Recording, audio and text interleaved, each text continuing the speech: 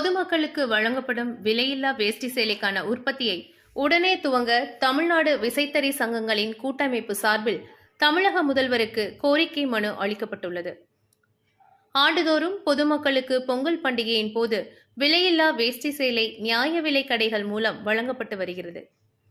தமிழகத்தில் உள்ள கைத்தறி மற்றும் துணிநூல் துறையின் சார்பில் 228 விசைத்தறி கூட்டுறவு சங்கங்களின் கீழ் இயங்கி வரும் 67,000க்கும் மேற்பட்ட விசைத்தறிகளின் மூலம் இந்த விலையில்லா வேஷ்டி சேலை உற்பத்தி செய்யப்பட்டு வருகிறது. கடந்த 10 ஆண்டுகளாக ஜூன் மாதத்தில் உற்பத்தி துவங்கப்பட்டுவிடும். அப்போதுதான் உற்பத்தி நிறைவடைந்து டிசம்பர் மாத இறுதியில் போதுமான வேஷ்டி சேலைகளை உற்பத்தி செய்ய ஏதுவாக இருக்கும். அந்த வகையில் இந்த ஆண்டும் ஜூன் மாதத்தில் விலையில்லா வேஷ்டி சேலைக்கான உற்பத்தியை துவங்க தமிழக அரசு உரிய அனுமதியை வழங்க வேண்டும் என இந்த கோரிக்கை மனுவில் கேட்டுக் கொள்ளப்பட்டுள்ளது.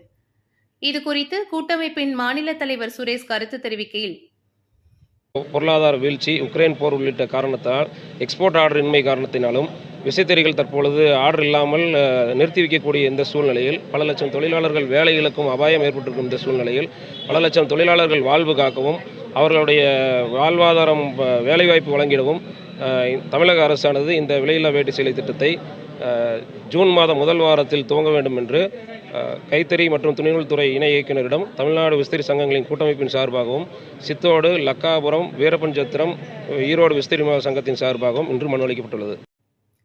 லட்சக்கணக்கான நெசவாளர்களின் வாழ்வாதாரத்திற்கு பயன்பெறும் வகையில் தமிழக அரசு விரைவில் ஒரு நல்ல முடிவெடுக்கும் என்ற எதிர்பார்ப்பில் விசைத்தறியாளர்கள் காத்திருக்கின்றனர்.